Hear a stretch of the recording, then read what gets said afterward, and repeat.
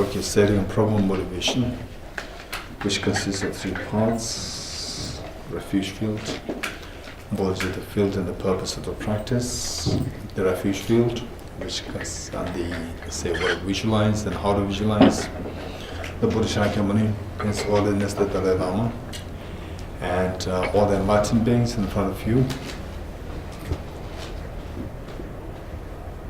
and how you visualize them. They're like your very affectionate parents, and you come home demoralized, and your parents are waiting there to give full love, affection, attention, embrace.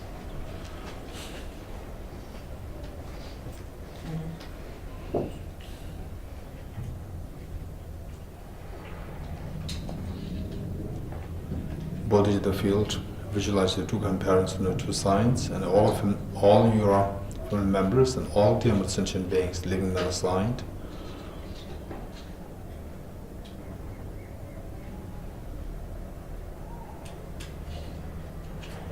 How you visualize them?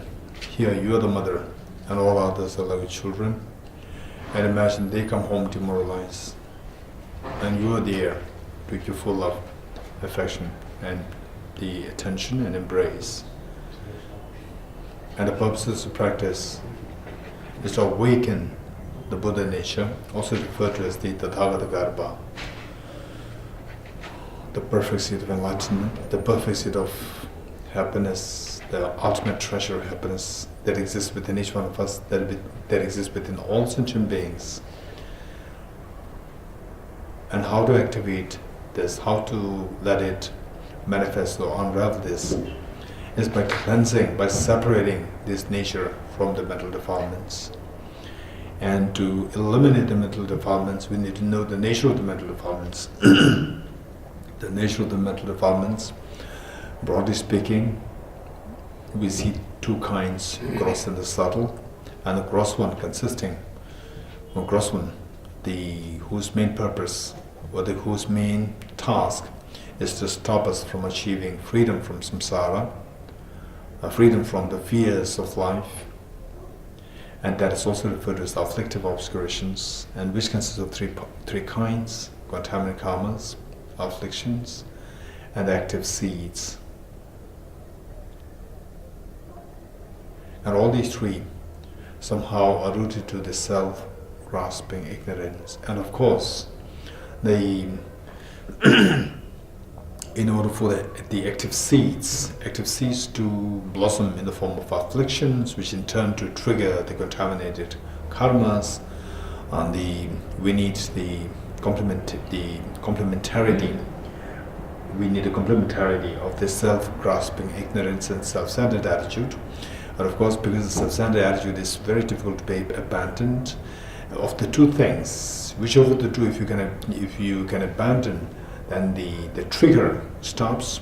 But of course, the eliminating self-grasping ignorance is easier. So therefore, the self-grasping ignorance, seeing as the very foundation for all the afflictive obscurations, by cleansing the self-grasping ignorance, we can see the afflictive obscurations can be got rid of, and that you will be freed from all the fears of life.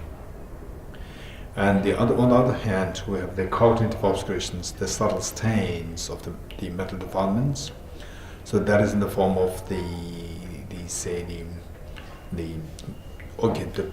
very task of this cognitive obscuration is to stop us from achieving total enlightenment, Buddhahood. And this is but the subtle stains in the form of inactive seeds of the afflictive obscurations, and the presence of which manifests in the form of self-centered attitude.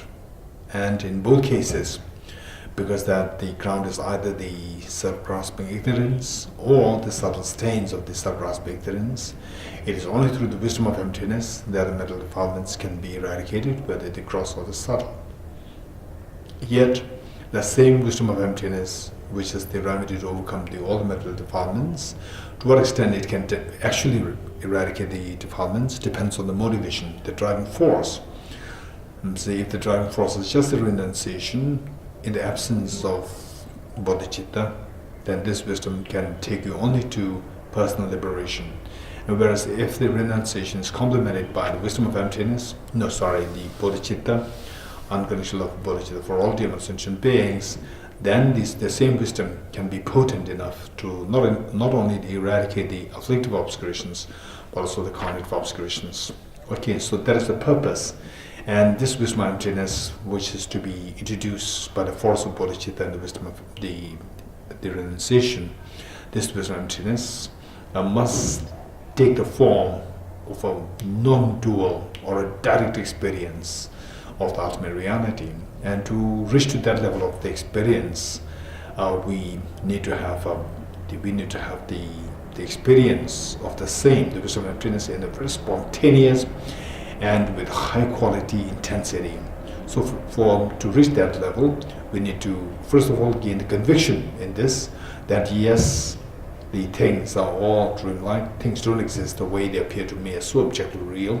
So that is something that we must gain deep conviction in. It should not be the ground on blind faith. The moment we base something on a blind faith with no proper sound ground of the rationality, and the ground is never the safe and never stable. So for that matter, it must be on the basis of the rationality that one gains a very profound and very firm conviction in the efficacy of the reality that things are dreamlike. To gain this conviction, deep conviction, it is only possible through the extensive learning of this.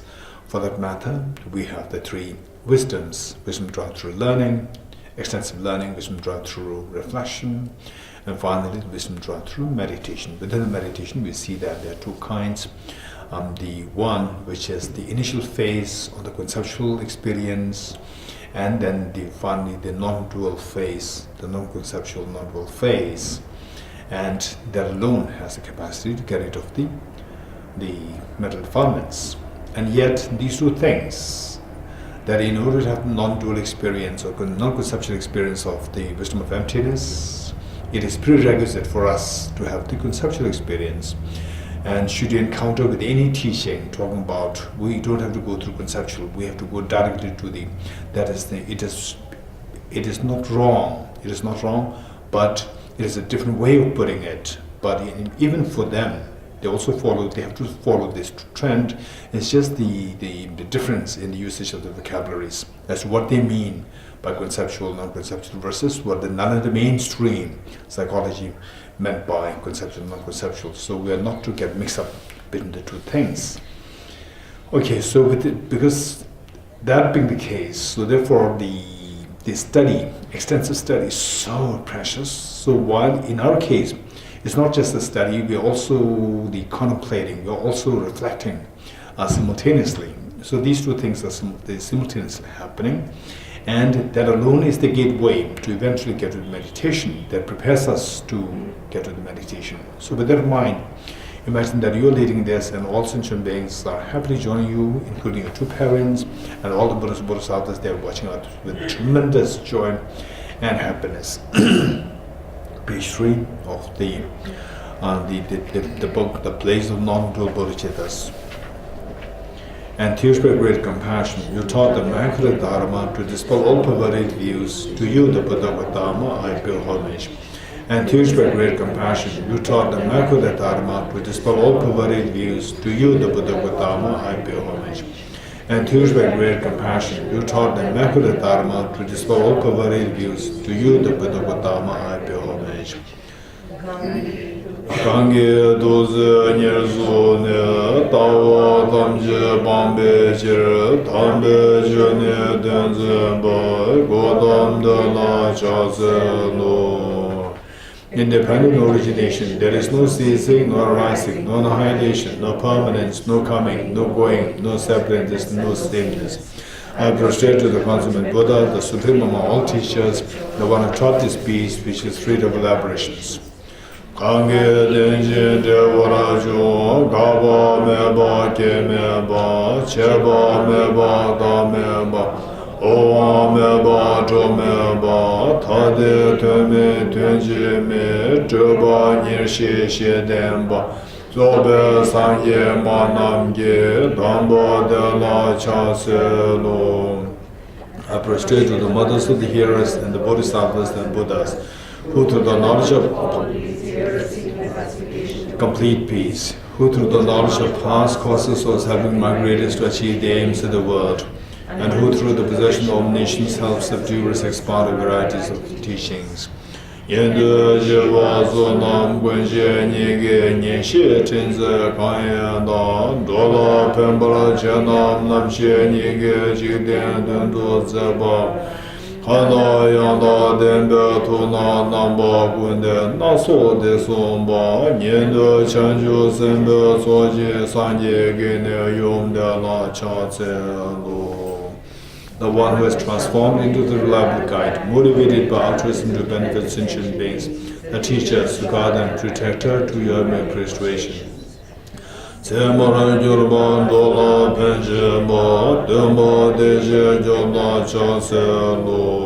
one who has eliminated the web of conceptualizations and is endowed with the divine bodies of the vast and profound, who eternally shines forth the forever noble light rays to you, the Buddha, make restorations.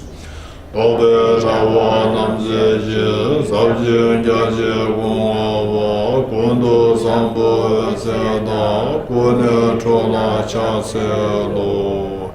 I go for refuge until men enlightened to the Buddha, the Dharma, the Sangha, while my accumulations of the practice of giving and so forth may become a Buddha to benefit all sentient beings.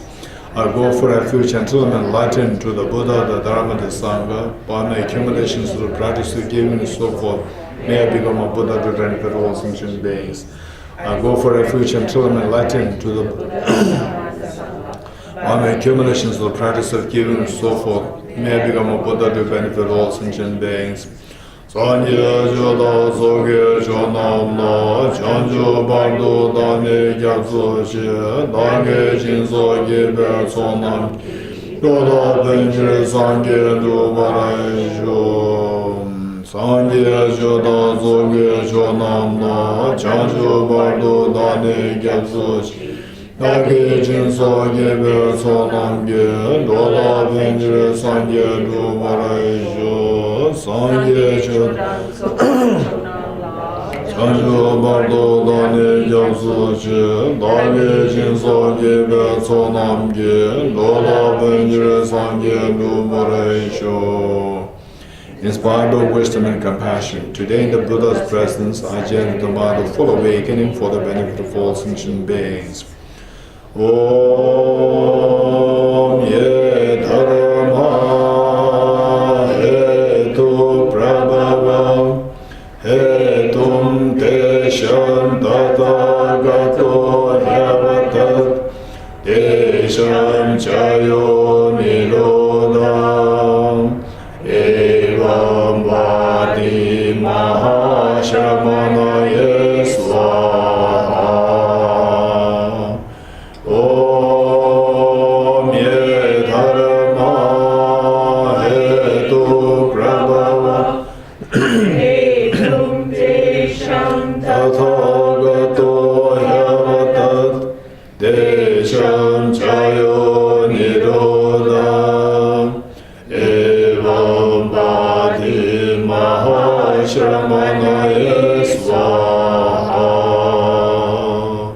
Om Ye Dharma Hetu Prabhavam Hetum Desham Tathagato Yavatat Desham Chayo Nirodham Evam Vadi Mahashamanaye Swaha. All phenomena arise from causes. The causes are taught by the Tathagata. The cessation of causes as well as taught by the great seer. Profound, peaceful, elaboration-free, clear-light, and not composite. Such is an actual dharma I've discovered, finding no one to fathom this teaching in silence of the time of the words. Sachi Jode Dumaji, Duzi Dabu Cheshi Kunyi, Sula Shekyang Kora Menebe, Mema Nage Nasu Nebarasha. Beyond utterance, thought, and expression is the professional wisdom, which is unborn, unsees, and has the nature of space. Is the object apprehension of self-realized wisdom. To you, the mother and the Buddhas of the three times are pure obeisance. Masam me shera parujin, magye me ga namge monye, so rane ishi chupa, tu sum give yumna cha selom. The Guru is the Buddha, the Guru is the Dharma, likewise the Guru is the Sangha, the Guru is the source of all. I go for refuge in the Guru. Lama Sangye Lama Kindinde Gunge Shevo Lama Ye Lama Namla Jazilo. By the sound of the vibrant drum of Dharma, please liberate all beings of miseries. I beseech billions of aeons. Shema Jimbo Jayene, Simjen Dunga Targe Jin, Gewa Jeva Samyezu, Chudin Zejin Shusu. The Buddha doesn't watch the negativities of the beings, nor does he remove their miseries by his hands. His spiritual realizations are not transferred to them. It is by teaching the truth of suchness that beings are liberated. Tonam deba chue me chojin, zhewe dunga chage me sema, nyege doba jena pomende, chunye denba denbe chobara yuro. With folded hands I beseech the Buddhas of all directions to shine the light of Dharma for all bewildered miseries gloom. Chonam gunge sanje la, temo jade sowane, simje dunge mentom la, chuge chume bardu. If attached to this life, you are not a spiritual practitioner. If you are attached to samsara, you have no renunciation. If you are attached to your own self-interest, you have no bodhicitta. If there is grasping, you do not have the view. Tsedi la shena cheba min, korowa la shena nyeju min, rangdu la shena changse min, zenba chuna dawa min. Okay. Page 14, Praise to Shakyamuni Buddha.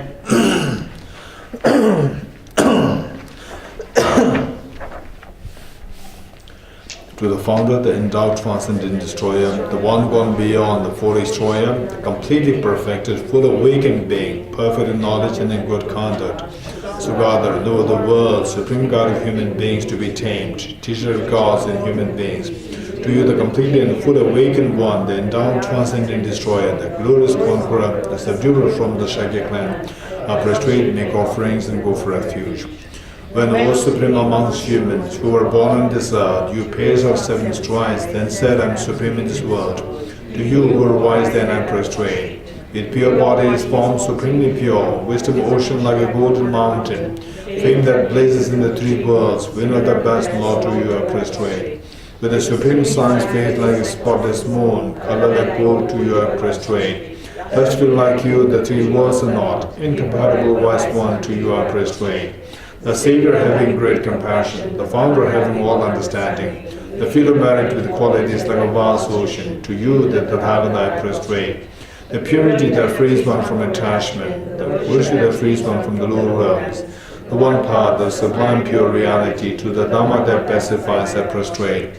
Those who are liberated and also show the path to liberation, the holy feet qualified with realizations, who are devoted to the moral precepts, to you the Sangha I prostrate. Do not commit any non-virtuous actions, perform only perfect virtuous actions, subdue mind thoroughly, this is the teaching of the Buddha. A star, a visual aberration, a flame of lamp, an illusion, a drop of dew or a bubble, a gleam of flash of lightning, a cloud, see conditioned things as such. Through these merits may sentient beings attain the rank of false seeing, subdue the 4 faults, and be delivered from samsara's ocean, perturbed by the ways of aging, sickness and death. Okay, Sun illuminating the threefold faith. Praise to the 17th Advaita Masters, page 19. Born from great compassion, aspiring to help all beings, God of gods, you have attained the saving state of abandonment and realization. You guide beings who... Son of speech, I bow my head to you.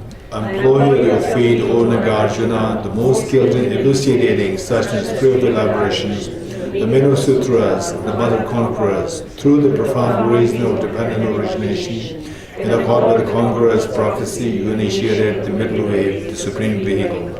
Employ to you, principal son, Bodhisattva Aryadeva, most learned and realized, who has crossed the ocean of the Buddhist and non-Buddhist tenet systems, and is the crown jewel of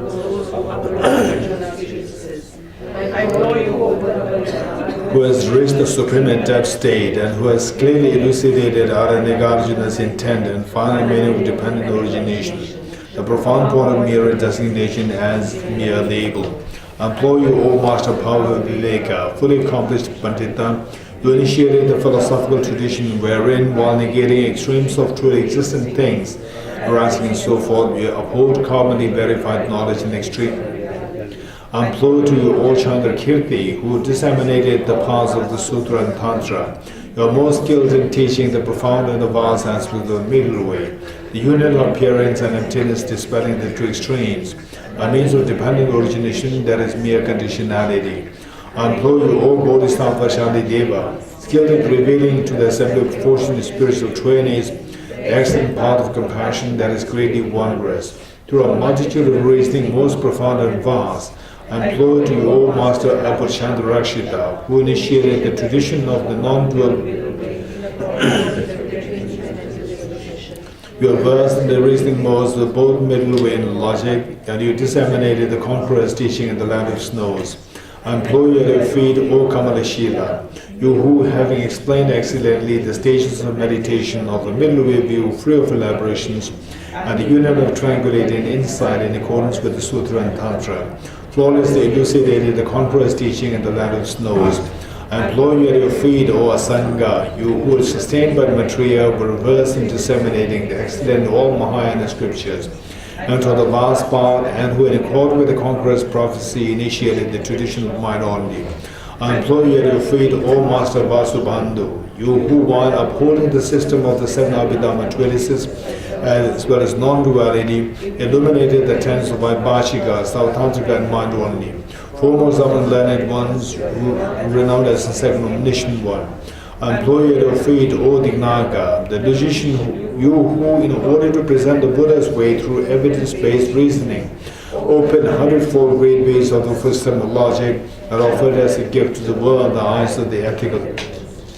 Employ you at your feet, O Dharmakirti, you who, understanding all the essential points of the Buddhist and non-Buddhist epistemology, brought conviction in all the profound and vast parts of Sautantrika and mind only by means of reasoning. You are most versed in teaching the excellent Dharma. You who lit the lamp that illuminates the meaning of the ornament treatises, wherein the themes of the professional wisdom stemming from a Sangha and his brother were expounded in accord with a middle way view free of existence or non-existence. Employ you, O Master Haribhatra, who were prophesied by the conqueror as the expounder of the meaning of the mother, the professional wisdom. You elucidated the excellent treatise on the professional wisdom, the three mothers, in perfect accord with the construction of the Savior Maitreya. Employ at your feet, O Gunaprabha, most excellent in both integrity and scholarship, who, having excellently distilled the intent of 100,000 disciplinary teachings, expounded the individual liberation vows flawlessly according to the tradition of the Sarvastivada school. Employ you at your feet, O Shakyaprabha, supreme upholder of discipline, who reigned over the treasure of the qualities of the three trainings in order to disseminate the stainless Vinaya teaching for a long time. You excellently expounded the meaning of the vast treatises. I implore you, O Choatisha, you who, having taught all the profound and the vast traditions related to the words of the Buddha, within the framework of the path of the presence of three capacities, with the most kind master disseminating the Buddha's teaching in the land of snows. Having thus entreated these most learned ornaments of the world, excellent source of wondrous my mind becomes ripened and free. Through the entreaty I am made with a mind unwavering and pure. By understanding the two truths, the ontological reality will be ascertained how through the four truths we enter and leave samsara. I make firm the faith in the three jewels that is born of valid reason. May I be blessed so that the root of the path of liberation is firmly established within me. May I be blessed with perfect training in renunciation and aspiration for liberation, the order to suffering and its origin, as well as in an uncontrolled bodhicitta that is rooted in an infinite compassion and wishes to protect all sentient beings. May I be blessed so that I may easily develop conviction in all the paths pertaining to the profound points of the perfection and vital vehicle. By engaging in study, reflection, and meditation on the meaning of the treatises of the great 12 blazers, may I in a life and love life obtain excellent births that support the three trainings and contribute to the teachings that equals the great 12 blazers. In upholding and disseminating the teaching of the scripture and realization through engaging in exposition and meditative practice, may the members of all spiritual communities spend their time in learning, reflection, and meditation, sharing long livelihood through the proliferation of sublime masters. Through the power of this obligation, may I traverse all the paths of the Sutra and Tantra and swiftly attain the state of conqueror's omniscience, characterized by spontaneous realization of the true purposes. May I work for the welfare of sentient beings as long as space remains. Okay, Heart Sutra Mantra, page 31.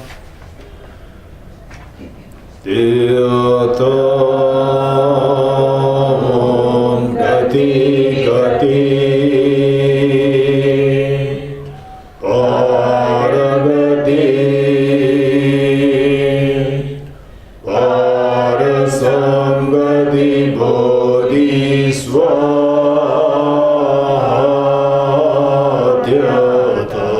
Om Gati Gati Paragati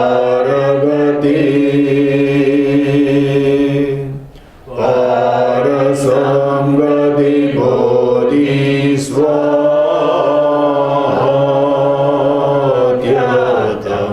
Om Gati Gati Paragati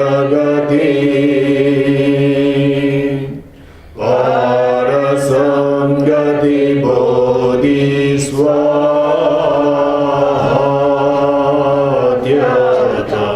Om Gati Gati Paragati Parasangati Bodhisvatyata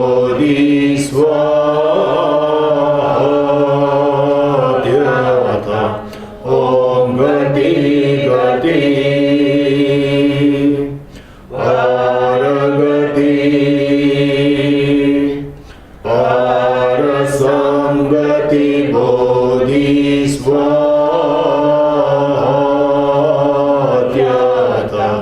Om Gati Gati Paragati Parasangati Bodhisvatyata.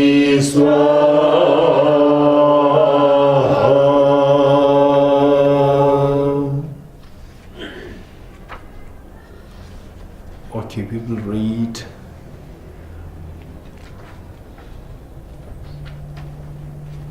three principal aspects of the path, page 73.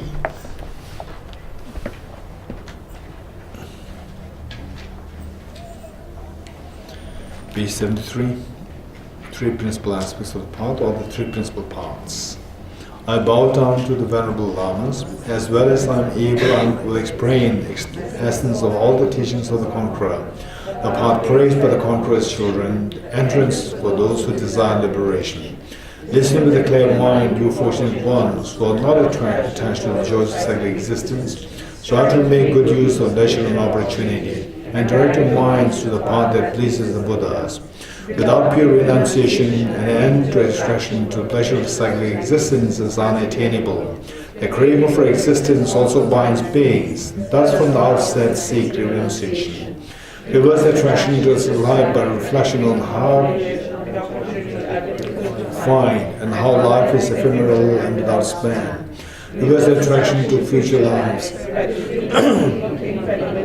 karma and its effects, and the miseries of samsara. Contemplating thus, when for an instant you do not admire the splendor of secular existence internal liberation day and night. Renunciation is born in you then. Renunciation, if not tempered by pure mind of bodhicitta, however, does not bring forth the perfect bliss of Ananda. Therefore, the wise ones generate the excellent mind of bodhicitta. Swept up in the current of the four powerful rivers, tied by strong bonds of karma, so hard to undo, caught in the iron net of self-grasping, completely enveloped by the darkness of ignorance, born and reborn in boundless cyclic existence, ceaselessly tormented by the three miseries. Thinking of your mothers in this condition, generate supreme mind of bodhicitta. Although you train in renunciation and the mind of bodhicitta, without wisdom there realizes ultimate reality. You cannot cut the root of cyclic existence. Therefore strive to understand dependent arising. One who sees the infallible cause and effect of all phenomena in samsara and nirvana, and destroys all focuses of apprehension, has entered the path which pleases the Buddha. Appearances are infallible dependent arising. Emptiness is understanding that is free of assertions. As long as these two are seen as distinct, you have not yet realized the intent of the Buddha. When these two realizations are concurrent, where the mere sight of infallible dependent origination concurrently destroys all modes of grasping through definite discernment, at that time the analysis of the profound view is perfected. Furthermore, appearances refute the extreme of existence, emptiness refutes the extreme of non-existence. When you understand that emptiness arises in the form of cause and effect, you are not captivated by the view of extremes. O my child, once you have thus realized the points of the three principal paths, seek solitude and cultivate strong determination and quickly reach the final goal. Okay. Our 5 minutes meditation.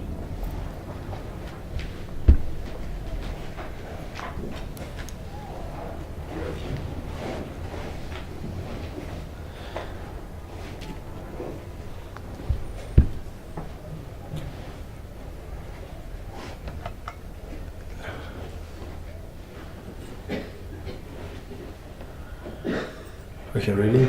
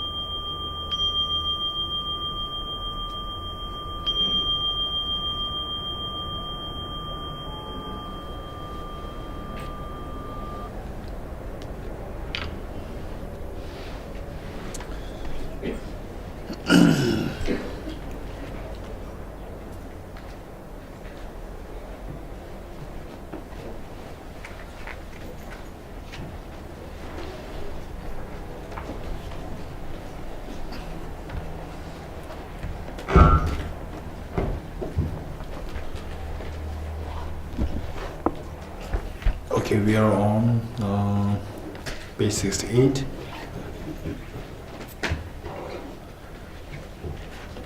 Para 3. The subsequent cognizes always direct value cognition.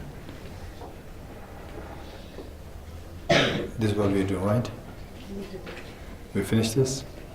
Subsequent cognizes always direct value cognition. Okay, very quick review of what we did pertaining to consciousness.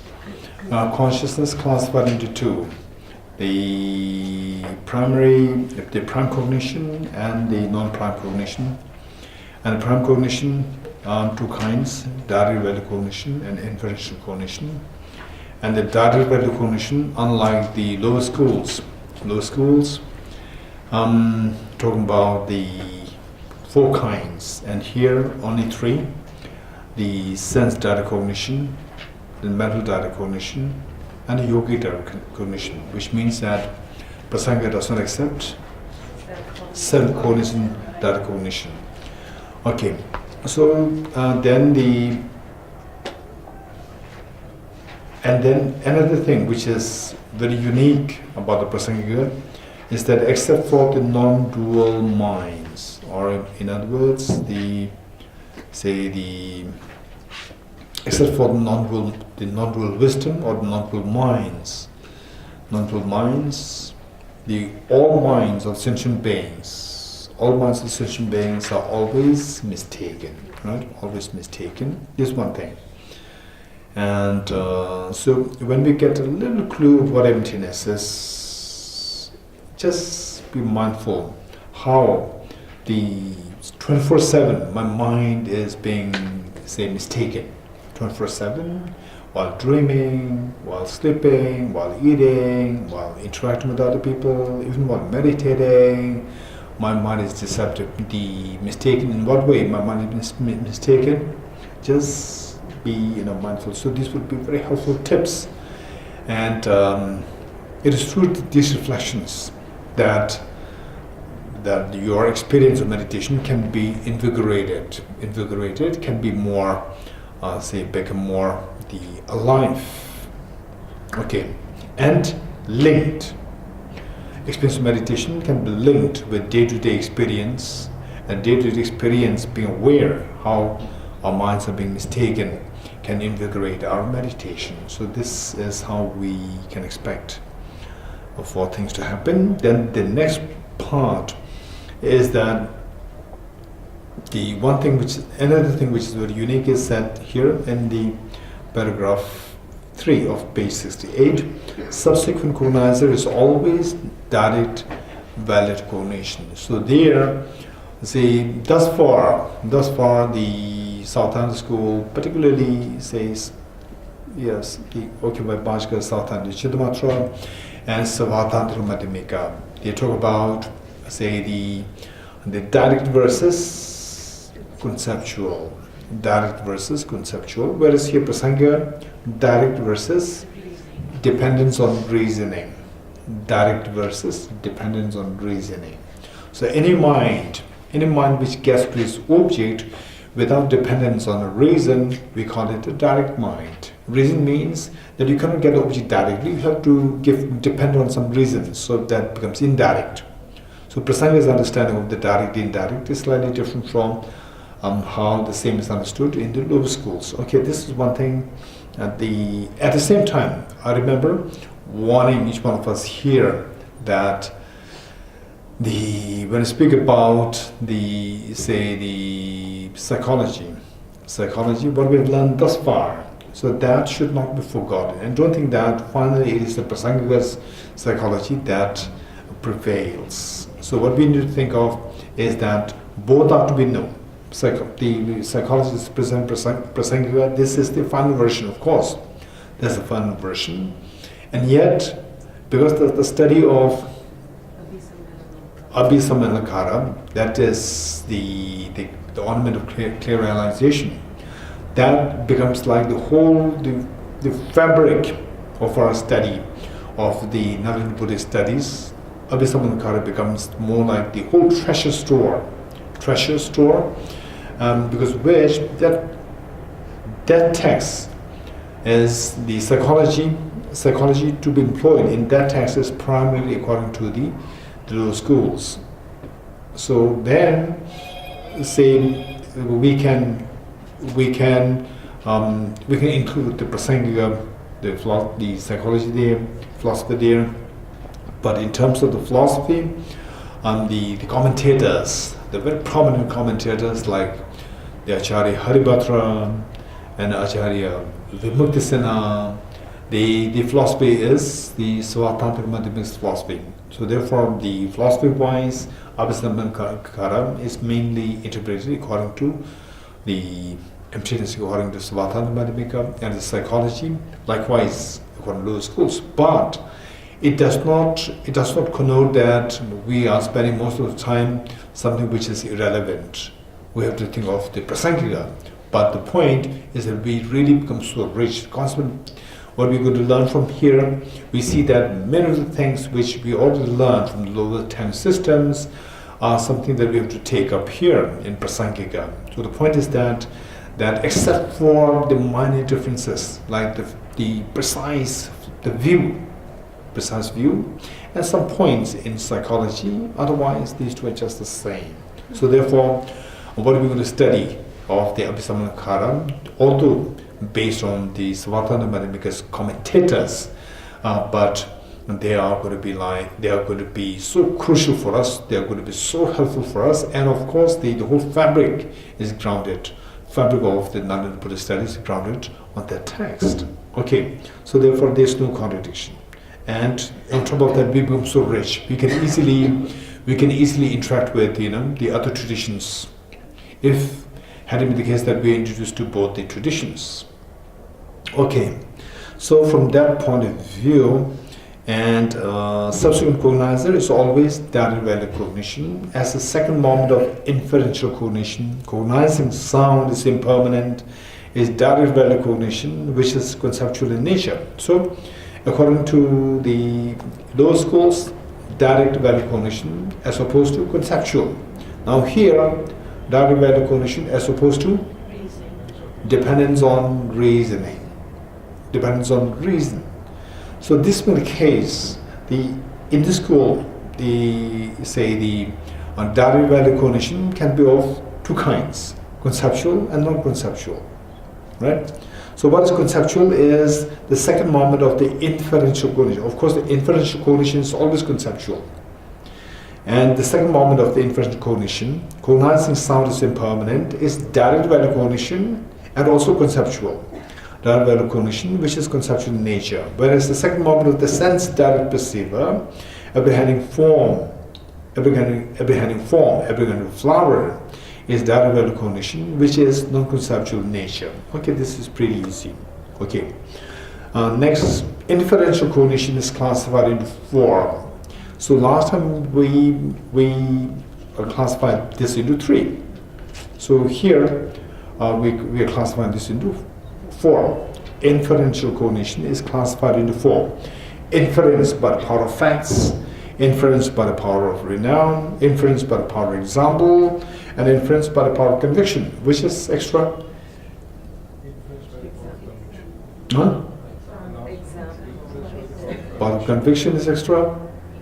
Okay, which means the power of conviction is not in the lower schools? Lower schools has different wording for... What's the different wording? Well, it's power of fact, power of renown, and power of confidence. Okay. So it's not the different wordings by the lower schools, it's the different wording by the translator. Right? Actually, it's the same. So the inference by conviction, inference by confidence, same. It's a matter of translation, right? Okay. What is extra here? Example. This is extra, right? Okay. So the inference by the power of facts. Let's say that how many of you would come to know that you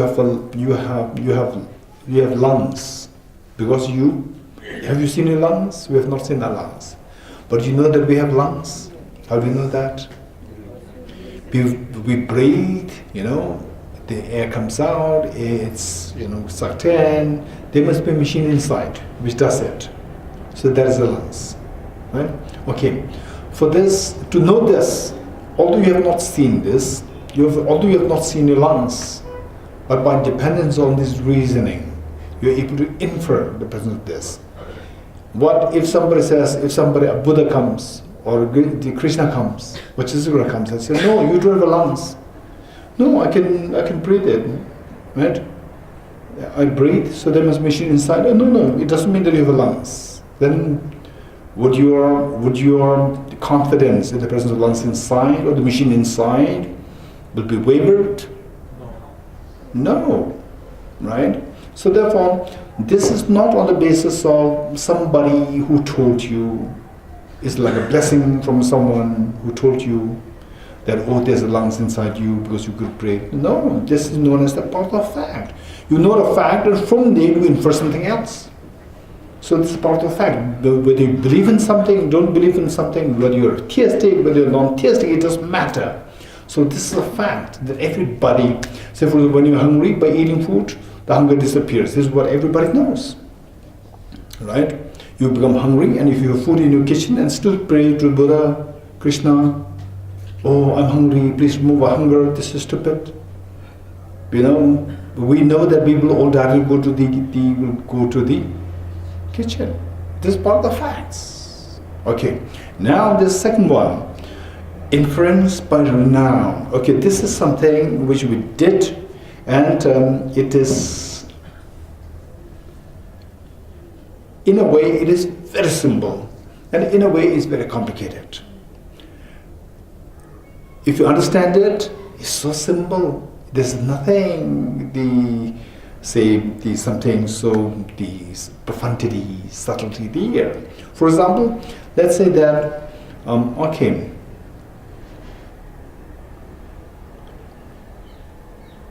what is this known as? This is known as a flower. This is known as a flower. And from today onwards, we call this as what? Cat. Huh? Cat. Okay, by the way, how many you have? I don't know how popular that is. There's one article or an essay known as Table is the Table. Table is the Table. How many of you heard, how many have read this? How many have studied this in your school book, English book? Table is the Table. Huh? No. Okay, those of you my age? Okay. So by the way, who are they in the late 40s? Raise your hands. You studied Table is Table? CBSE? No? Amita? Oh, that's strange. You must have forgotten it. That must be in class 4 or 5 textbook. Table is a table. Right? So this article, there's one gentleman. The concept is that there's one gentleman, and he was so bored with his life. So he wanted to make it very exciting. So what he did was that he changed the labels. So he called the table apple table. He just changed all the labels, right? And then he was very precise. Okay, I'm placing the flower on the apple. I'm eating the table. He was so precise, and he became so versed in the new set of the vocabularies. Then he went out. He went out to meet with other people, and then everybody is so confused that he has gone mad. He's saying that he's eating table, and he's placing all the things on the apple. So he's gone crazy. Then he realized that this is not funny. This is not the exciting thing. It makes him crazy. So he said, now table's a table, right? So the idea is that, say, the person who first coined this, okay, but there's something called Bitcoin. What is Bitcoin? Cryptocurrency. Huh? Cryptocurrency. Cryptocurrency. When did it happen? 50 years. No, 15, 10, 15, 11, 12. 19? 90s. The 1990. algorithm was invented in 1990s. Okay, let's say they're 15 years old. So before 15 years old, there's no concept of Bitcoin. There was no concept of Bitcoin. So this concept, the concept came and the label is given. A label is given Bitcoin or flower coin, whatever. Right? And the person called it Bitcoin. You're getting it? Imagine that this concept, if the person first called it flower coin, right? Or a fancy coin, because it's not real coin, fancy coin, then now everybody will talk about fancy coin, and it's not fancy at all. But it'll still call it as fancy coin, right? So why that thing, that phenomenon, that concept is known as a Bitcoin? Why?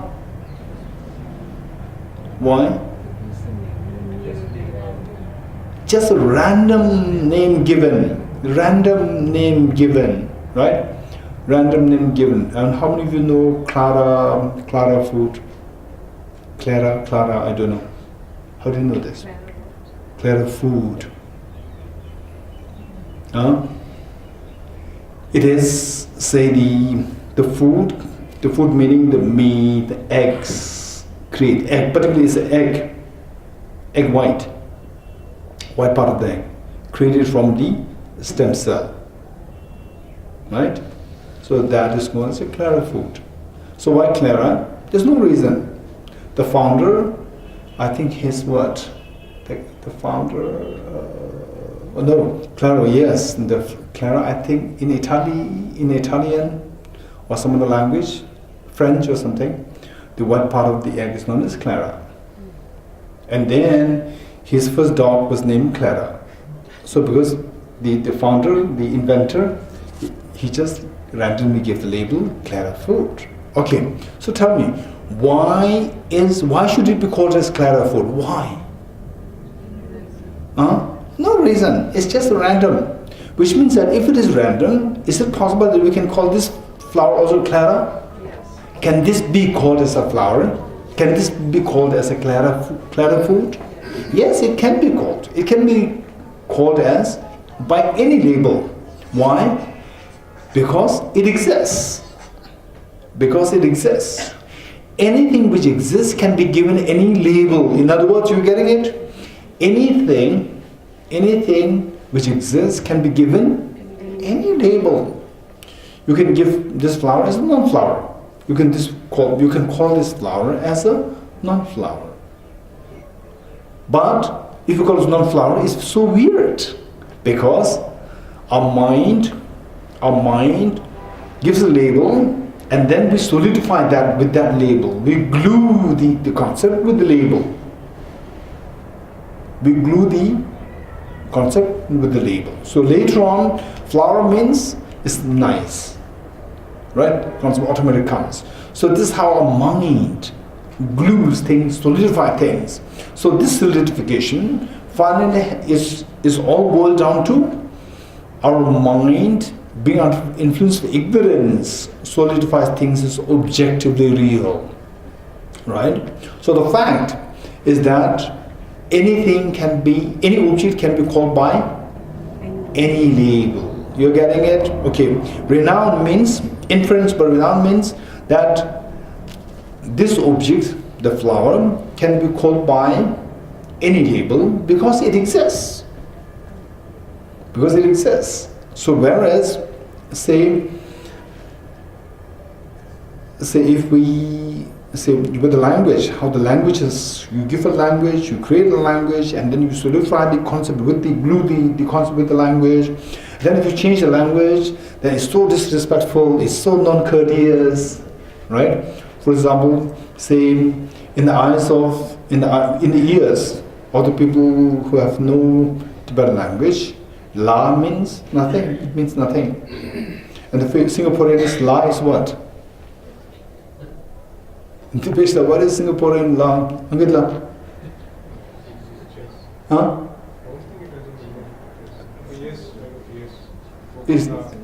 He's like, yes. But the Tibetans, for La means respectful. Ji. Right? Ji. Sir. La is sir. Okay, so the point is that, say, those people, the Singaporeans who never heard how the Tibetans use the word, they use this word La. La is just yes. And then Tibetans, if you don't add this word, say to somebody who's highly respected, and if you don't add this word La at the end, it's so disrespectful, right? So this all, and then the people feel so offended because we solidify. First of all, we give the label. This represents respect. La represents respect. Then you add this word. Then we solidify this. We objectify this. Solidify this. If that word is missing, then it's so disrespectful. If this word is so respectful, right? This is how our emotions are stirred, by solidifying the labels with the objects. Number 2. Then the labels we give, it is not objectively there with the object, we give it. So now, with this concept, the inference through renown, this helps us to get this first exposure to desolidify the reality, that things as we see are not as solid as we see. So this is the first attempt to remove the first layer of the solidification, of the objectification, or the objectification of the intrinsic reality. This is so beautiful, right? Okay, 1. I don't know how many of this experience. Say, I think when I was in school, maybe in my high school, sometimes the class hours, we were compelled to speak in English. If we don't speak English, then we have to pay fine. So when I was speaking English, it's so weird, because it doesn't mean anything. I'm just mimicking some words, that's it, right? Whereas when I speak Tibetan, it's so solid there. The meaning is so well refracted. So this is a real language. English is not a language to my mind, to the mind of a young boy, right? So now it's a little mixture. It's a Tibetan I speak. Oh, of course, this is a real language. English I speak because with the Tibetan I see the language and the concepts. They are so strongly glued. With the English, it's so, but not as bad as before, right? Okay. With the other language, for sure, because I could not understand. In South India, say when I was speaking Tibetan to someone, then some of the local people, they start to imitate. Imitate meaning they start to ridicule us, by saying, because to their ears the same thing is happening. The way English happened to my ears, the Tibetan happened to them. So this is a clear indication of inference by renown, right? So therefore, say if you're a native English speaker, you speak English, and if you learn a new language, then you speak that language, you see the difference. One, you see the English as so strongly glued with the concepts that this should be called as flower, this should not be called as the menthol. It should be called as flower. So if you're a native English speaker, if you're Tibetan the native speaker, it should be called as menthol, it should not be called as flower. Right? So this is how our mind. And in Hindi, pool, it is called as pool, not as flower or menthol. Okay, this is how our mind is so say addicted to solidifying, objectifying. First we label it, and then we label it to the object, and then we attach it with the object, we glue this with the object. And then we forget that this is our label. Right? So this is the first layer, right? Okay. Then this can be very helpful. Then later on, say, then the good and bad. Good and bad, this is correct, this is not correct. So this is little beyond label. First one is a label, right? Label. For example, say, Your Highness, right? Your Highness, the King, the Queen, the Honorable Ministers. Where do you use these words? Hopeless Minister. If you say like this, you laugh. Why are you laughing? Because I've been saying with such respect, hopeless minister. Right? To mean the respect, hopeless minister. No, you laugh because our mind glues. Hopeless means it is a concept which is so terrible concept, and you are tying this concept because the label hopeless is tied with the very bad connotation. So that when you use this label with the honor the minister, then the concept, the bad concept you attach to the minister, then you start laughing at it. Okay, so this is how our mind works. Right? But because that we are in the conventional world, and the conventional world is not the philosophers, not everyone is a philosopher. So we should be watchful, right? If you try to dismantle the convention of the conventional world, then we will end up in prison. It's very dangerous. Particularly in the presence of the ministers, if you say, oh, stupid the minister, you will end up in prison, right? We'll be very careful. Okay, but the point is, this is a fact. One is just the label. Number two is beyond the label, beyond the mere label. Beyond the mere label, then we speak about good, bad, and these things.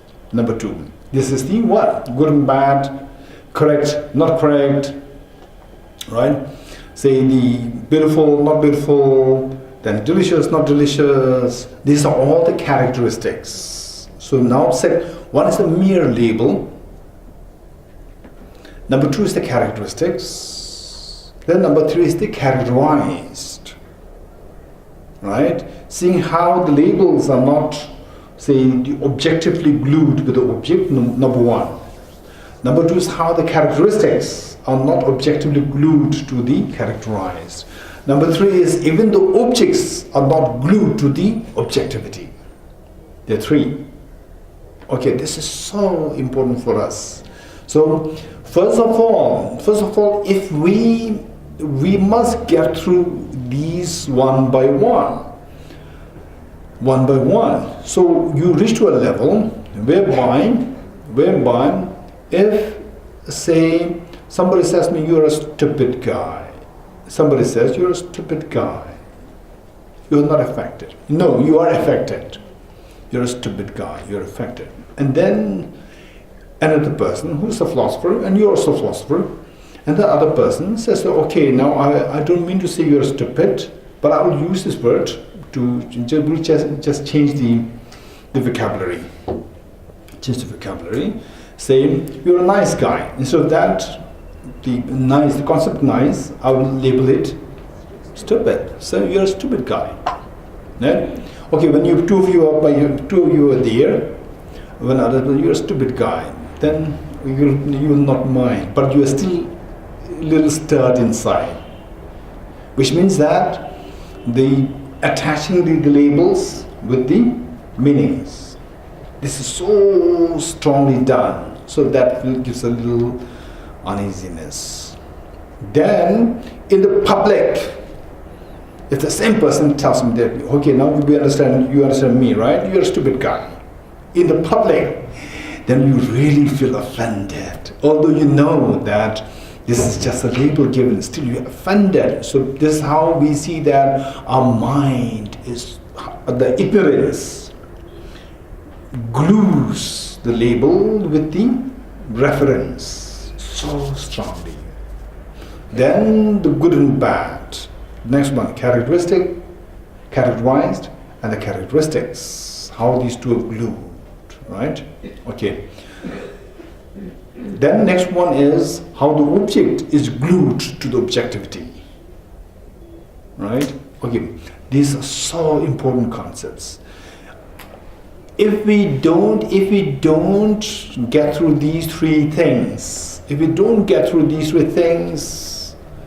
if we are suffering, we have to suffer endlessly. There's no choice.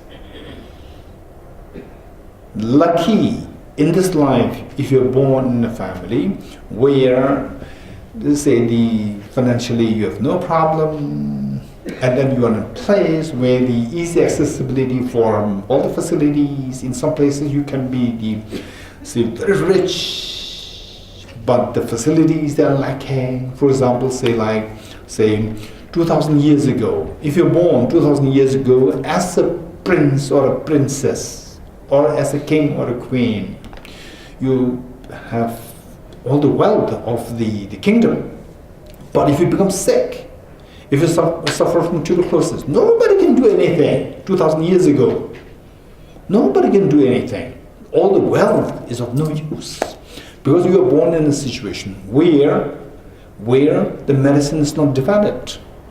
So therefore, what I'm saying is that in this life, if you're born with the inner environment where the people around you, they are so kind, gentle, sensible, and very, say, the civilized, cultured, and compassion, and very kind, affectionate, resourceful to you, one. Number two, the facilities, everything is there. Right? Okay, then you may not feel, sometimes you may feel such life is very boring. There's no fun there. So what? I get my breakfast, right? There's no fun. Oh, then chocolate, what is chocolate? I can get it anytime. It's just there in the kitchen, right? Chocolate is, whatever chocolate I need, I can get it there from there. Okay, whatever chocolate I want, I can ask the maid to get it, right? I just tell my mother, and mother will ask the maid to get it. I feel everything, life is so boring. Okay, so the point is that, is this how we are going to lead? Even if somebody is that lucky, is this how we're going to lead a life? This life? And the next tomorrow? The next year? 10 years later? Is it going to be the same? Never guaranteed. Sickness, aging, death, and the natural disasters are bound to happen everywhere at any time to anyone. We never know that. So, such people, when we feel that life is boring, which means that these people have not gone through these real life experiences. When you go through these real life experiences, it's so difficult for you to cope up with the reality. Right? Okay, so the point is that unless until we unravel these three realities, no exception, whether you're a king, queen, the son, the daughter of a president, prime minister, the richest person, Bill Gates, it doesn't matter. We will never be freed from suffering. And these three things, the good news is that we don't have to believe in these three. You just give a little thought to this, go through a proper reasoning, study this, you'll get it, and then you will realize that without these three, no matter what, I'm next to the Buddha, I'm next to, say, Jesus Christ, I'm next to Krishna, I'm next to this Prophet Muhammad, whatever, right? I will never be free. You will realize this. Even if you are surrounded by thousands of Buddhas, you will never be free. Your misery is going to be your misery, right? So therefore, these three are so precious, so precious. We have to realize, we have to discover these three things. Unfortunately, these three things are not to be believed in. These three things are to be discovered, which means that they are there. Our job is to discover through rational thinking, not through belief. If through belief is very dangerous, then I may say that this is the reality. You have to discover this. You have to believe in me. Then other one will say, you have to know what he said is wrong. There's another reality, right? And you have to believe in me. So then which of the two will you follow? This is a problem. Luckily, this is not to be believed in. This is to be discovered through rational thinking. And you discover this, whether you label yourself Buddhist, Christian, Hindu, it doesn't matter. Or Muslim, Jain, Jew, it doesn't matter. You discover this and you practice this. Your misery will come to an end, you can help others. And whatever label you want to give, you can give a label. Whether you label yourself Hindu, the Christian, or say Jew, or say Muslim, it doesn't matter. Jain, it doesn't matter, right?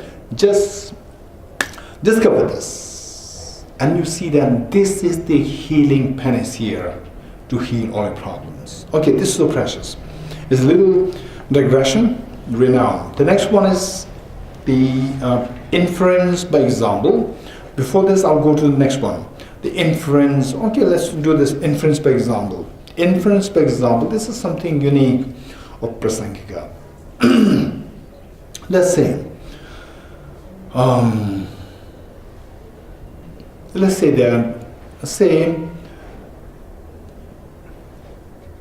if we have not seen, if you don't know what a zebra is, if you don't know what a zebra is, but you see the horses, you see the horses, and then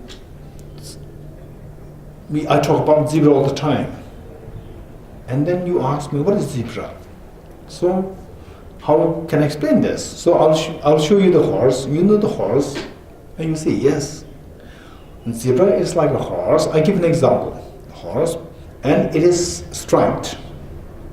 It is striped, black, white, black, white, black, white, striped, and the shape, everything is as same as the horse and donkeys.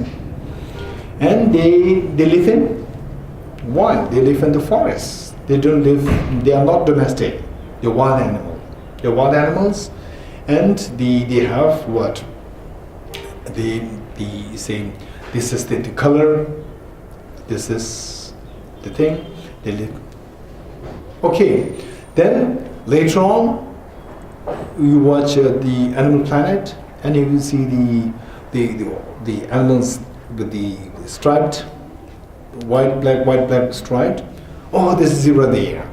So you are able to identify the zebra on the basis of the example that I've given earlier, and with the descriptions given, then you're able to identify what the zebra is later on. So that's known as the inference by example. You infer what a zebra is through example. Okay, finally, the inference by conviction. Okay, this is, if you could remember, say let's say the inference by the fact, inference by the, okay, let's say the evident phenomena. Okay, let's say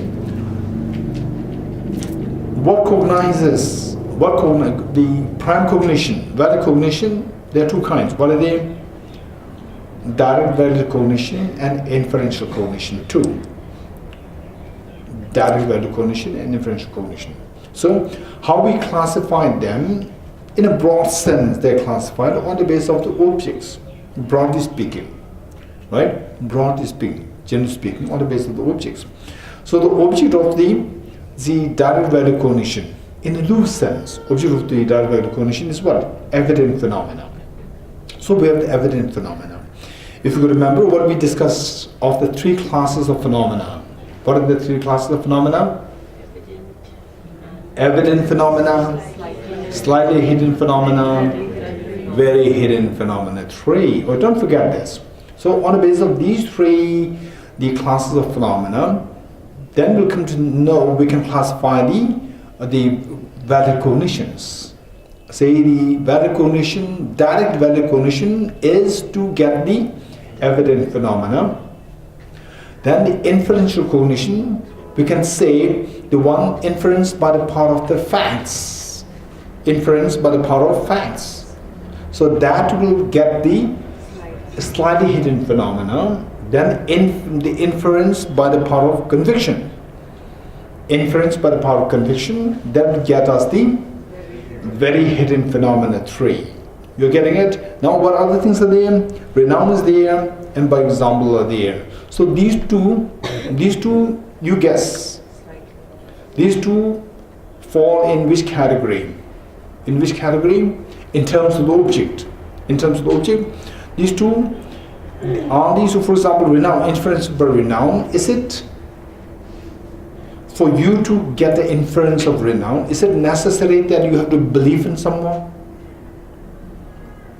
To know that this object can be given any label, flower, metal, or the pool, or what else? For other language? Fleur.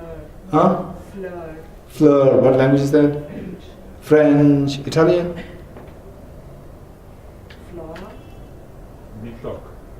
Metal in Tibetan. Okay, so we see that this object can be given any label. And if you go to a new world, if you go to a new world system, if you go to a new world system where it's just a primitive beings there, so you are the only very civilized person, then you can teach language. You can teach any other language. Then you can call it, what do you want to call it later on? Huh? Anyone? Tone. No, say it's nice something. Chocolate. Let's say chocolate. Let us be, more. Okay, so that's fine actually. Even for me to think that tone is something. Again, I glued it to a very bad concept. This is an amazing way of saying yes, tone, right? So in the new world system, you want to teach language there. Again, you can create a language of your own. You're getting it? Okay. So that does not require. In other words, what I'm saying is that this object can be your knowledge, your inference, your knowledge that this object can be labeled with can be known with any label. That comes to you. This knowledge comes to you through believing in some teachers, believing in Buddha, believing in Krishna, believing in Prophet Muhammad. No, it is through your own knowledge, by the power of fact, and it is not at all through belief. So therefore, any inference coming to you, by not having to believe in someone, not having to believe in believe in the testimony of somebody's authority. So that comes under inference of the part of the fact, right? Okay, one. Then the other one, inference by example. So say you see a horse, you don't know what a zebra is, you see a horse, and then description is given with the striped, black-white stripe, and then living only in the wild, and then later on you see the zebra in the National Geography, whatever, you see that. Then, oh, there's a zebra there. So this knowledge is inference. So this inference came to you by believing in someone, believing in some high authority, or through your knowledge. Knowledge acquired by someone else. Somebody taught you, not necessarily that you have to trust a person or that, and then you actually see that there's actually an animal there with the striped things, right? Okay. So that also falls under the category of the slightly hidden phenomena. You're getting it? Slightly hidden phenomena. Okay.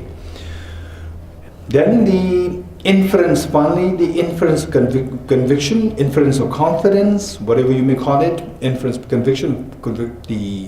So, because that there are three classes of phenomena: evident phenomena, slightly hidden phenomena, and a very hidden phenomena. Very hidden phenomena, for example, say, and this is reality. This is reality. Reality meaning that the reality is designed in such a way that the phenomena with which we interact is of three classes. One, which can easily know.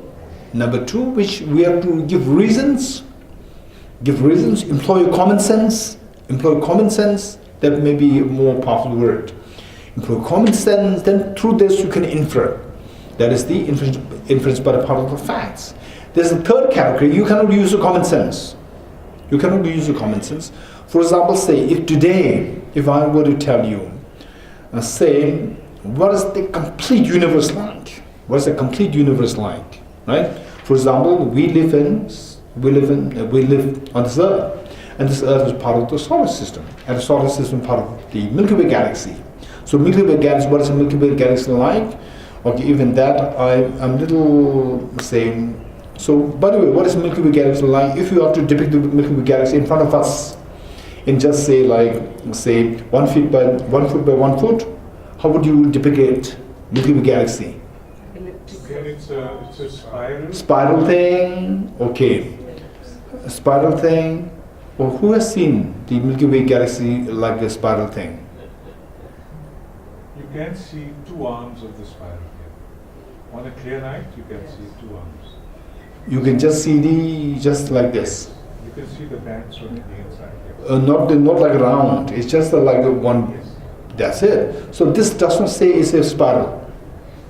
And how we see in the sky, how we see does not reflect the reality. Right? How we see does not reflect the reality. So how can we say that this is, anyway, let's say it's a spiral, okay. Right? So when it depicted 1 foot by 1 foot, you see this as like a spiral. Whether it's true or not, I'm still doubtful. Right? What really seen is the band. Even this perception, whether it's true or not, is questionable. Even this perception. Earlier when I was a small child, I thought it was just a night cloud. Later on, studying the text, I come to know that this is a part of the galaxy, the Milky Way galaxy. It's just a part. And how do we know that other parts, they're actually lying in the form of spiral? How do we know that? Anyway, this is a big question, separate question. Then, if this is a part of the galaxy, just as what we have the solar system, the Milky Way galaxy, this is how the scientists are saying with this spiral thing there, then there can be like millions and trillions of galaxies in the form of another big spiral thing. That we may call it, say, the galaxy, we may call it gigantic galaxy 1, because they're going to be second again. Right? If you go like this, what's a real galaxy like? What is real the world system like, the universe like? We have no clue. And yet the world universe is operating now. Just now it is operating. Right? Trillions of such galaxies beyond that, still that part of the universe also operating. Just now it is operating there. Whether you believe it or not, but it's operating there. It's a fact. If it is not operating, there's a space there which you're talking about. There's a space there. Right? It exists now. But we have no clue what that is like. And its existence. Simply because we have no clue, science does not have any clue. We have no clue does not mean that it does not exist. It does exist. There's an existence which is beyond what we can infer by the part of the facts at the moment, which is beyond our direct perception. So that category is known as the third category, very hidden phenomena. Okay, so that we have to know by dependence on the testimony of a very authoritative being. For example, your birthday, our birthday, each one of us, our birthday. When is a birthday? Right? Precise birthday and the birth time. Nobody can say this. Right? And you will say that my mother said it. My mother said it? Yes, you can trust your mother. In terms of the birthday, in terms of the timing, you can also trust your mother. But you go into the very minute details, and your mother cannot say this. So the point is that you have to trust someone when it comes to the very hidden phenomena. Okay, so those things, very hidden phenomena, when you infer those things, so that is done by what is known as? That is known as inference by conviction. That you gain conviction in the efficacy of the testimony of someone else's authority. And that is also known as inference by the confidence. Okay. And if you say, let's say that this is a very important thing. Say, sometimes science, modern science, Modern science is a very rigorous system. We have to admit this. And sometimes we go to the extreme of saying that science is nothing. It doesn't know anything. This is not true. Science is a very, very rigorous system, and this is a great, great legacy of the West, to be very honest, and a great legacy for the world. We have to acknowledge that. At the same time, saying science, physics is not a complete science. It's not a complete system, because it cannot explain how the brain works. Neuroscience is also likewise not a complete system. It's an amazing system, it's a very rigorous system, but it cannot explain what physics, what how the electrons work. Likewise, chemistry. So we see that the science is a very rigorous system, it's an amazing system, right? Whether we admit it or not, we heavily depend on modern science for our survival, medicines, and all the gadgets, right? So, for example, in a very hot place like Delhi, the cooling system. In a very cold place like nowadays in the Moscow, the St. Petersburg, then the heating system. So all these things are the legacies of the modern science. While admitting that there's a tendency for the human mind to believe that if a system is doing good in one discipline, one area, we expect that it is good in every area. This is our mistake. This is the greatest flaw of the human thinking. So we think that science, if something is there, it should be scientifically explained. This is the greatest limitation of our thinking, is an error of our thinking. Point is that the reality is consisted of three classes of phenomena. Evident phenomena, science can explain. And the slightly hidden phenomena, part of which science explains, part of which. And then the other part, for example, like the mind and so forth, and then the reincarnation concept, and then the very hidden phenomena. So these, if science tries to explain this, tries to expand this horizon of its research, of its scope of analysis, then the science has to compromise the rigor. So that I don't think is a good idea. So science should remain where it is. Science should remain. Of course, there's a paradigm shift happening. We cannot control it. For example, say in the Newtonian physics, there's a paradigm shift from the Newtonian physics to the quantum physics and the relativity theory. There's a paradigm shift happening. So these things are happening. What I'm saying is that if science expands its analysis, the scope of analysis too much, if it goes to touch all areas of the second part, which is the slightly hidden phenomena, and then go towards, say, the very hidden phenomena, then it has to compromise its rigor. So science, say, what is a rigor? It has its own strength. The limitation is that with this rigor, it cannot expand is the scope of analysis. It cannot explain all phenomena. In other words, it cannot explain all phenomena. If it tries to explain all phenomena, then it has to compromise the rigor. So which is not a good idea. So the point is that science is greatest gift, yet it explains only evident phenomena and the part of the slightly hidden phenomena. So because something is science doesn't mean that it explains everything. Yet some people go to the extreme of saying that science is nothing. This is also nothing. Actually, science is an amazing system. We have to acknowledge that. Okay, with this in mind, let's go to the next paragraph. A mind which has mistaken the respect. Okay, this is another very unique thing about Prasangika. Okay, to give you a quick, say, the background of what we will learn here is that, say, according to law schools, you cognize this object, you are mistaken with this object, one hand, you cognize this object, two things. These two things are never compatible, according to law schools. according to schools, one mind cannot be mistaken with the object A and simultaneously be cognizant of the object A. You getting it? One mind cannot cognize object A as well as is mistaken with respect to object A. This is not possible. If you're mistaken, it cannot cognize the object. If it recognizes, it cannot be mistaken. This is the according to schools. But Prasangika, this one unique presentation Prasangika is that our mind can be mistaken with that object, and as well as the mind can cognize the object. So this is something unique of Prasangika.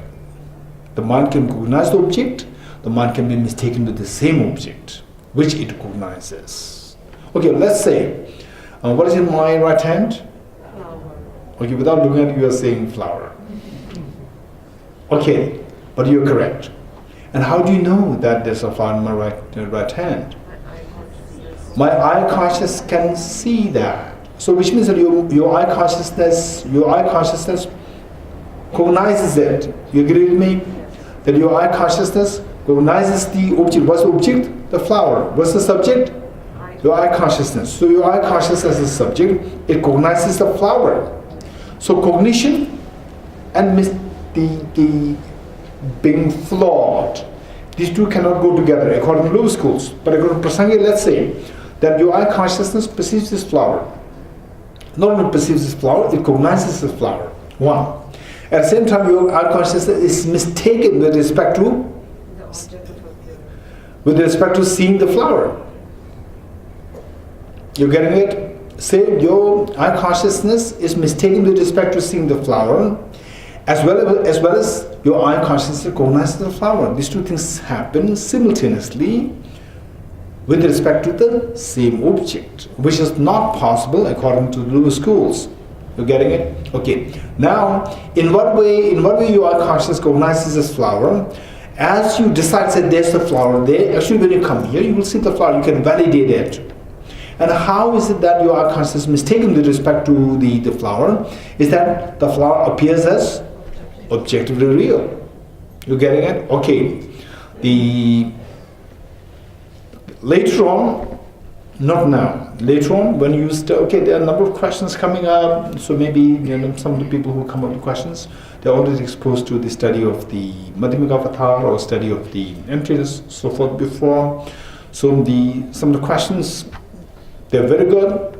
I would say that these questions may be more relevant when we do the Madhyamika Avatar, because many of these questions, if I deal with them at this point, then the beginners will get confused. So we are not doing justice to those people, right? Many of the people who newly joined the course, not newly joined the course, I would say that those who are more newly into the philosophy of Buddhism. Okay, so the point is that these things, then the question is, how do we say that the flower appears as objectively real? The flower appears as objectively real, so therefore it is mistaken with the perceiving of the flower. And then we also cognize the flower, that's fine.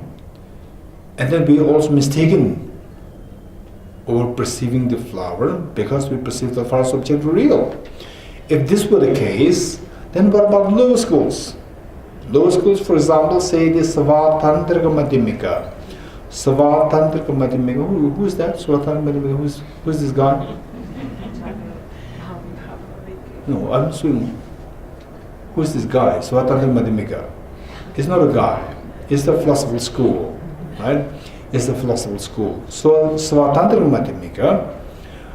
Let's say Savatantrika Madhyamika, particularly the Savatantrika Madhyamika. Who's the trailblazer of this system? Acharya Bhavaviveka. Let's say Acharya Bhavaviveka, right? The followers, the ardent followers of Acharya Bhavaviveka. Let's say that for them, let me ask this question to you. Although we are yet to go into detail about these things, but let's see, right? Okay, imagine you are a follower of Acharya Bhavaviveka, and the two are very sincere, very, what do you call it? Huh? very loyal, ardent, sincere, the follower of Acharya, the Acharya Bhagavad. And which system he created? Sautantra Savatantra Madhyamika. Okay, you are a follower of him. Let me ask you this question. Okay, what is in my right hand? A flower. And how do you know that there's a flower in my right hand? My eye consciousness can recognize it. Okay, your eye consciousness, is it mistaken? Is it mistaken? Is it a mistaken mind? This is my first question.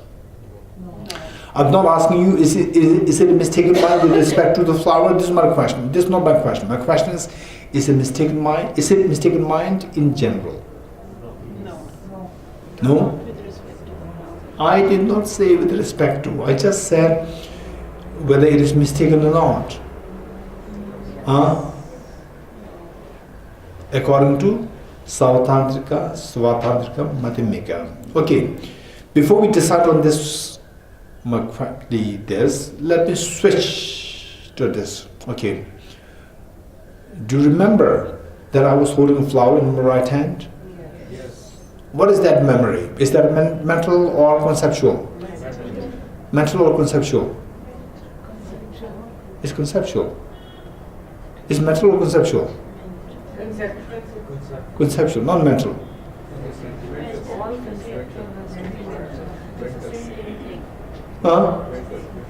It's mental, it's not conceptual. With you, now. Both, don't be afraid. When I say or, you have to go for one. No, this is not the case. You can say both. And you have the answer. You are saying that all conceptuals are mental. And some say mental, conceptual. Say both. Okay. So the memory that you have of me holding a flower in my hand, right hand, so that memory is a conceptual and mental. Okay. That mental consciousness, remembering the flower, remembering my right hand holding a flower, that mental consciousness, is that mistaken or not, according to Sautantrika, Svatantrika, Madhyamika? Yes. According to Sautantrika, Svatantrika, Madhyamika, is the mental consciousness remembering me holding the flower in my right hand, is that mistaken or not? Yes. Mistaken? Okay, don't trust my face. How is that mistaken? Yes, Dibishwa? Because it appears truly to my mind. It appears truly to my mind while it does not exist truly, but it appears as truly to my mind, to my mental, to my memory, to my mental consciousness in the form of memory. Good. Anyone else? Okay, psychology. Bring the same psychology that we have studied. Bring it here. It works perfectly well. The Ankitla? Because we are using the mental image to get to the object. We're using the mental image, generic image. Let's say precisely as a generic image. We're using the generic image, or meaning generality, and that mind is mistaken with respect to the appearance, with respect to the generic image, right? All conceptual minds should necessarily be mistaken. Don't forget it. All conceptual minds should necessarily be mistaken. I think we learned it last year, 2 years ago. Huh? That's last year. Maybe 10 years ago.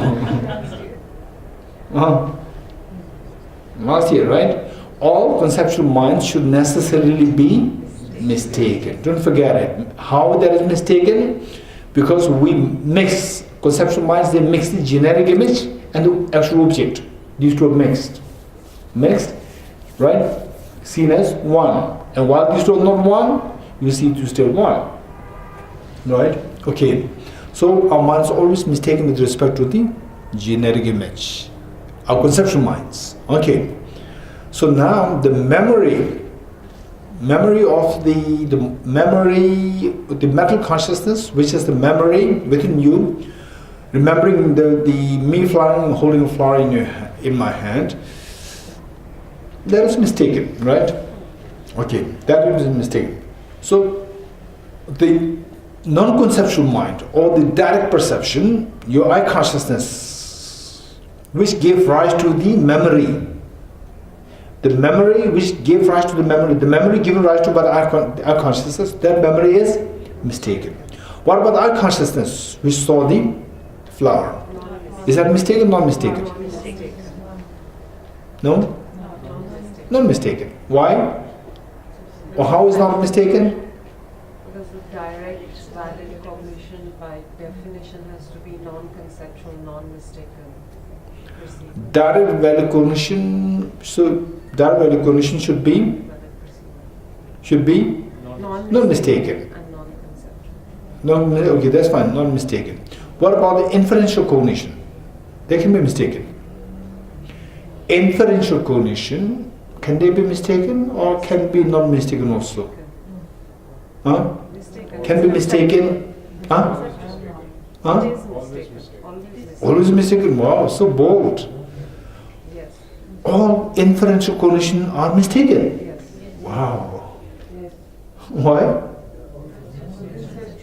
Okay, all inferential cognitions are mistaken because they are always conceptual minds, and conceptual minds are always mistaken. Very good.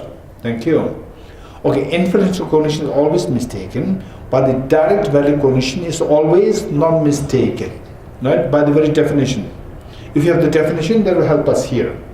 Always not mistaken. So the eye consciousness, your eye consciousness perceiving this flower, this is non-mistaken. Okay, that is non-mistaken. Good. If it is mistaken, then it cannot cognize the flower. Right? If it is mistaken, it cannot cognize the flower. Whereas now you say you are a follower of Acharya Chandrakriti. How many of you think that you are a follower for Acharya Chandrakriti? Or you are a fan of Acharya Chandrakriti? Okay. Let's be all followers of Acharya Chandrakriti. So according to you, how do you know that I'm holding a flower in my hand, I have a flower in my hand? My eye consciousness can see that. My eye consciousness cognizes that. Your eye consciousness cognizing the flower, is it mistaken or not? Mistaken. Huh? Yes. Acharya Chandrakriti. Yes. How mistaken? Because it appears objectively. Because, okay, if you can say something else, which we have learned, some times ago, a few days ago, a few weeks ago, a few months ago, it doesn't matter.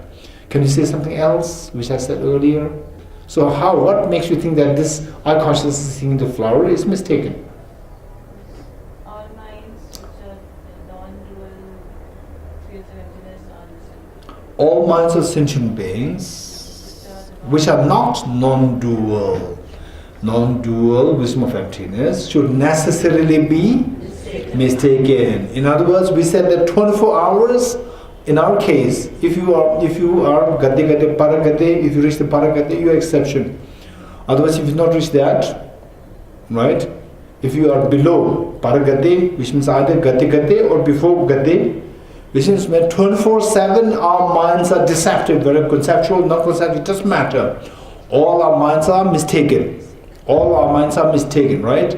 Okay, so which means our consciousness seeing the flower is for sure mistaken. In what way that is mistaken? Because the object, the flower, appears as objectively real while it does not exist objectively. This qualification must be made. The flower appears as objectively real to our unconscious perceiving the flower while the flower does not exist objectively. Right? Okay. So let's say for time being, let's keep it there. Now the point is that, say, one thing, okay,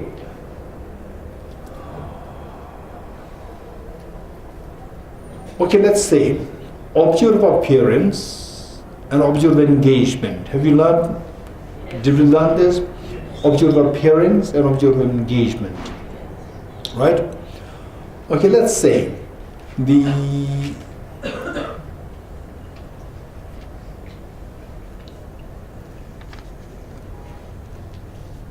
let's say object of engagement and object of appearance. Conceptual minds are always mistaken with respect to the object of appearance. Conceptual, according to lower schools, object of all conceptual minds are mistaken with respect to the object of appearance, right? If you're mistaken with respect to that object, that mind cannot cognize it, according to lower schools. Now, according to Prasangika, saying, okay, debates are there, but a very standard position is that all minds should necessarily cognize. All minds should necessarily cognize the object of appearance. All minds should, okay, this is another thing that we need to keep in mind. All this is very unique of Prasangika.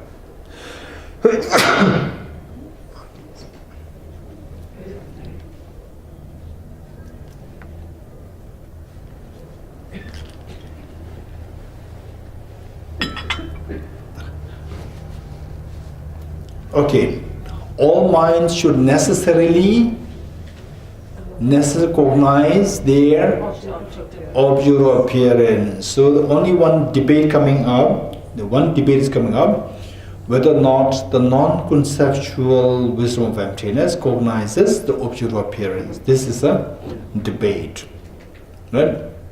Otherwise, all other minds, no debate. All other minds should necessarily cognize the object of appearance. You getting it? Okay. Now, what about the conceptual minds? Conceptual minds, they are mistaken with respect to object of appearance? Yes. Huh? Yes. Yes. They are always mistaken with respect to object of appearance. And now what we've learned, okay, look, don't forget it, this is very important. Okay, let's say, this is the object, this is the object of appearance, let's say this is object of appearance, and this is your cognition. This is your what? The conceptual mind. Conceptual mind cognizing the flower, and this is the object of appearance of the conceptual mind. So what we've learned is that conceptual minds are always mistaken with respect to the object of appearance.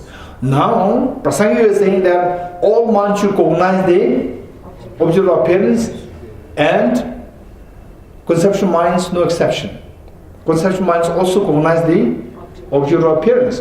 So now conceptual minds cognize the object of appearance, cognizing conceptual minds are mistaken with respect to the object of appearance. You're getting it? So both these two things can possibly happen, according to Prasangika, or according to lower schools, is not permissible. Okay, so one thing which is so unique, two things unique is that, one,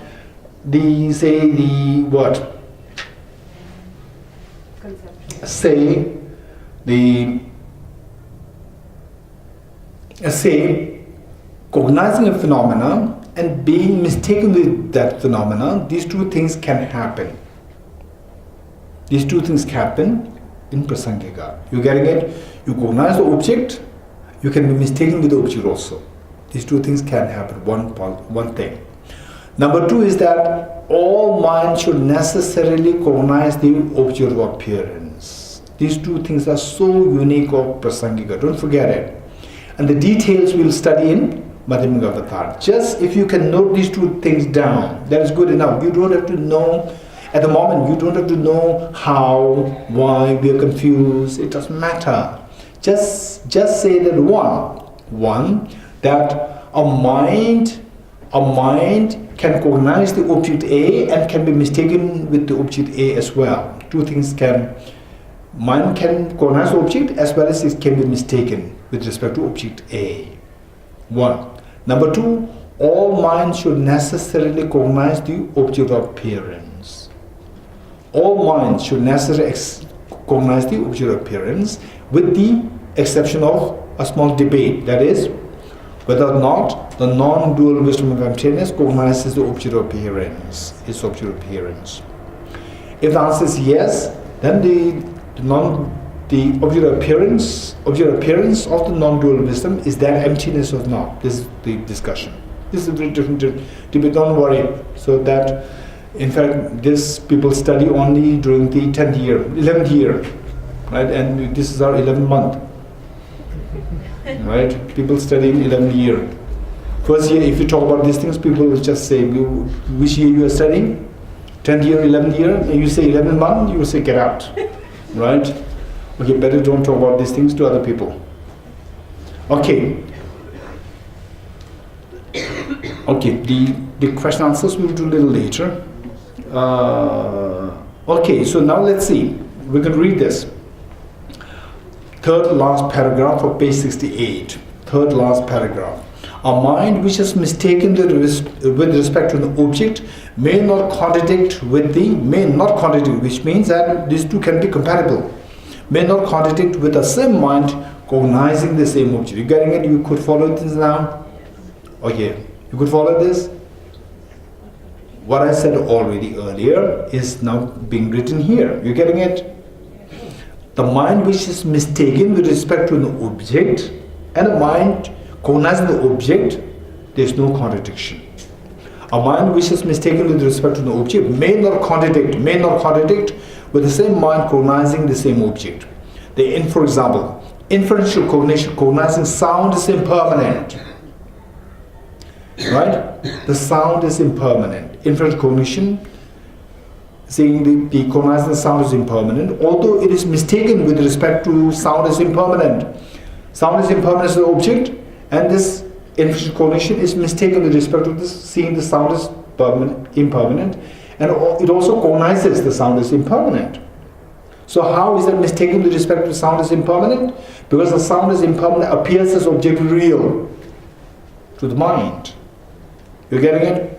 Okay, cognizing sound is impermanent, although it is mistaken with respect to sound is impermanent, but they maintain that this inferential cognition cognizes it, which it? Sound is impermanent. So in other words, it cognizes object and it also mistaken with object. This is something unique of the Prasankika. You getting it? Okay. Now let's see, let's read the next part. All minds with dualistic appearances are direct valid cognition with respect to the object of appearance. So what did I say? All minds should necessarily cognize the object of appearance. Now the author is saying even more boldly that all minds with dualistic appearances, okay, dualistic appearance means it precludes the non-dual wisdom entities, right? All minds with dualistic appearances are direct valid cognition with respect to the object of appearance, right? They cognize all these all dualistic minds. All dualistic minds, they cognize the object of appearance. Not only cognize, how they cognize? Through inference or through direct? Direct. So they are direct valid cognition with respect to the object of appearance. For the conceptual mind form, now the reason given is that conceptual mind which apprehends sound as, which apprehends sound as, is this mind? Yes, which apprehends sound, the second last para. All minds with dualistic appearances are direct valid cognition with respect to the object appearance. Full stop. Now the reason is for the conceptual mind which apprehends sound as permanent is, is there a mind? Can you conceive of a mind which views the sound as permanent? Huh? Is there a mind in this? Is there a mind in this universe? In this universe, is there any mind which views the sound as permanent? Yes. Where did you see that? My mind. Huh? My mind. Your mind. Your mind sees the sound as permanent. Okay. In fact, there is a whole, yes, our mind can also see the sound as permanent. We can also see ourselves as permanent. We can also see the things as permanent. But there's one set of the philosophical positions, philosophers, the philosophical tradition, which believe that sound is permanent. It's not just, how our innate mind thinks. Even there's actually a philosophical tradition which believes that sound is permanent, right? Sound is permanent. Okay, so say that mind is mistaken. That conceptual mind seeing the sound as permanent, viewing the sound as permanent, is that mistaken or not mistaken? Mistaken. Okay, let's see. It is mistaken mind. Is this a non-dual mind or is it a dualistic mind? Dualistic mind should cognize the object appearance. So what is the object appearance of this conceptual mind? Sound as permanent. No. Object appearances, the genetic image of the sound is permanent. Right? Okay, for the conceptual mind, always keep this in mind. What is the object appearance of conceptual mind? It is always the genetic image of the primary object. Genetic image of the, let's say, conceptual mind thinking of emptiness. Conceptual mind thinking of emptiness. What is the object appearance of this conceptual mind? Genetic image of emptiness. Very good. Very good, right? Genetic image. So, at this moment, don't worry. So why the genetic image of the emptiness is the object appearance and not emptiness, right? So these questions come to you. If these questions do come, they are very precious. But don't feel agitated over not getting the answer at the moment. So these are the things that you will come slowly. Because for that matter, we have to get the psychology imbibing in us. Not just intellectual understanding. First, we have to have the intellectual understanding of the psychology. Once we have the intellectual understanding, then we keep exploring, keep studying, keep reflecting. Then you start to imbibe these concepts into your mind. Then you will know what is, okay, why only the generic image of the emptiness becomes the object appearance, nor why not the emptiness. So all these will slowly come to us, and your job is what? Don't expect everything coming from the top, right? Okay, you also have to explore. You also have to reflect. Getting more information, your job to reflect. The more you reflect, right, it may go wrong sometimes. It doesn't matter. You reflect by using these facts as the basis. By using the facts that you've learned as a basis, and you reflect more. And then, say, keeping these facts as the frame of reference or the frame of evaluation. And on that basis, you try to fit in yourself. Your reflection should fit in yourself there, and then your reflections will become very clear. You get a clear understanding. Clearer and clearer, I should say. Okay. All minds with dualistic appearances are direct value cognition with respect to the object of appearance. For the conceptual mind which appearance sound is permanent, is direct value cognition with respect to the appearance of the sound of permanent that it has. With respect to the appearance. What is this appearance? Genetic image of the sound as permanent that it has. Okay.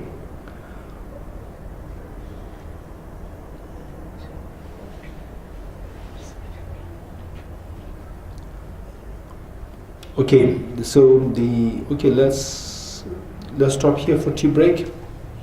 Yeah, tea break.